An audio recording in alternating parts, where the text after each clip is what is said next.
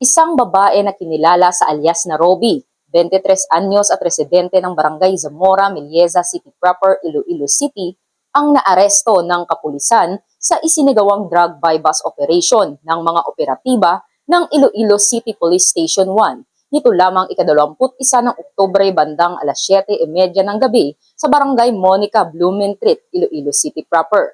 Ang operasyon ay pinangunahan ni Police Captain Roque C. Jimeno III, OIC ng nasabing istasyon.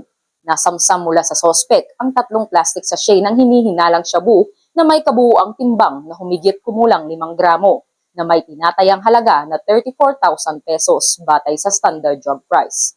Kasama sa mga nakumpiskang ebidensya ang 3,500 na buy-bust money at iba pang mga non-drug items. Patuloy pa ring tinutugis ng kapulisan ang kasamahan ni Roby na kinilala sa alias na Joshua, 23 anyos at residente ng Barangay Monica Blumentritt, Iloilo City Proper na kasalukuyang at large. Ayon pa kay Police Captain Roque C. Jimeno III, may dala di umano itong iba pang mga gamit ng makatakas. Sinabi pa ni Police Captain Jimeno na walang record ng pag-aresto si alias Joshua, ngunit malaki ang papel niya bilang runner ng mga illegal na drug personalities sa Iloilo City Proper. Dagdag pa niya ay nagkasana ng hot pursuit operation ang mga tauhan ng ICPS-1 upang tugisin ang nakatakas na sospek. Si Roby ay kasalukuyang nakadetain sa custodial facility ng ICPS-1 habang isinasagawa ang dokumentasyon at siyang haharap sa kasong paglabag sa Republic Act 9165 o ang Comprehensive Dangerous Drugs Act of 2002. Ipinapakita ng matagumpay na operasyon na ito ang dedikasyon ng Philippine National Police sa kanilang kampanya laban sa iligal na droga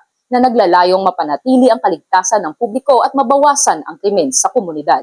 Mula rito sa Police Regional Office 6, ako ang inyong PNN Correspondent Patrolwoman Justin May Halores, alagad ng batas, tagataguyod ng balitang pulis.